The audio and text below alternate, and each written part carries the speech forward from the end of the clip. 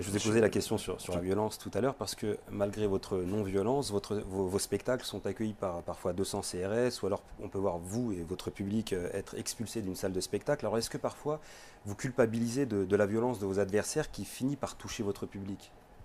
Non, ils n'ont jamais, le public n'a jamais été... Il y avait une jeune fille, je Oui, une crois, jeune fille, c'était effectivement au tout début, c'est la seule fois où il y a eu, c'est une jeune Marocaine qui était là au spectacle et qui a reçu un gaz lacrymogène lancé par la LDJ, qui n'est pas, voilà Manuel Valls, là, qui laisse ce genre d'organisation agir encore en France. Effectivement, ils ont même poignardé un commissaire de police dans une manifestation.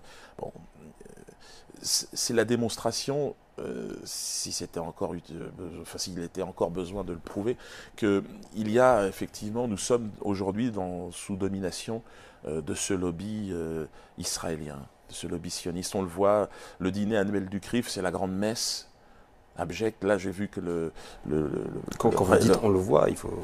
Dans l'esprit, ça paraît pas... Enfin, les gens ne sont pas encore informés. Doucement, les gens s'informent et ils voient.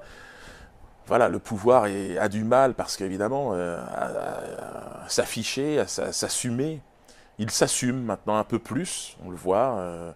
Bon, la guerre entre Copé et Fillon, c'est l'expression même, si vous voulez. Fillon parle d'une mafia.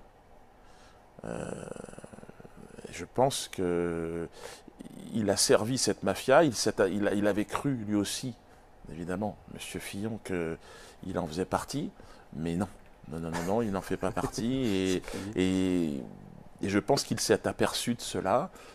Et c'est toujours comme ça. C'est ce que disait aussi Raymond Barre. Tous les deux, on sait en commun, ils ont été premiers ministres de la France. Et ils sont, Raymond Barre avait dit, toute ma vie, le lobby juif m'a emmerdé. Ils m'ont cassé les couilles toute ma vie politique. Bon, il a attendu la fin pour le dire, c'est dommage. Oui, c'est vrai qu'il était... c'est-à-dire qu'il était encore dans une logique de carrière. Et puis, encore une fois, c'est une époque où les choses étaient en train de se... Aujourd'hui, c'est... Mais je suis content d'entendre que M. Fillon parle, lui, de mafia. C'est-à-dire c'est la mafia, ouais. Et il parle de tricherie. En plus de l'intérieur. Oui, il est dedans, il est bien placé pour le savoir, qui a tricherie en plus. Ouais. L'autre est un tricheur. Donc, même les élections, si vous voulez, aujourd'hui, malheureusement... On ne peut plus, on sait très bien que tout est faux. Il nous le prouve. Et moi, je suis content parce que quelque part, M. Fillon, je le trouvais très mauvais. Et là, je commence à le trouver. Mais non, c'est-à-dire que je pense que, je ne sais pas, il est transporté. Alors peut-être se voyait-il comme président, peut-être, mais voilà, le système lui a dit non, tu ne seras jamais président.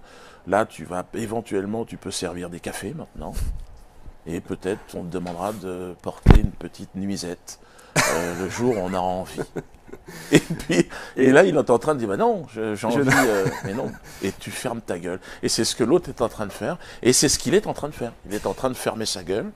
Et moi, je l'incite à venir voir mon spectacle, le plus vite possible. Parce que le problème, c'est qu'à partir du moment où ça bascule, et je pense qu'il n'a pas saisi, il aurait dû fermer sa gueule tout de suite, ou alors s'il l'ouvre, s'il est en train de parler de mafia, il faut qu'il aille au bout. C'est-à-dire que nous, ça nous intéresse de savoir c'est qui la mafia, c'est quoi. On va l'inviter.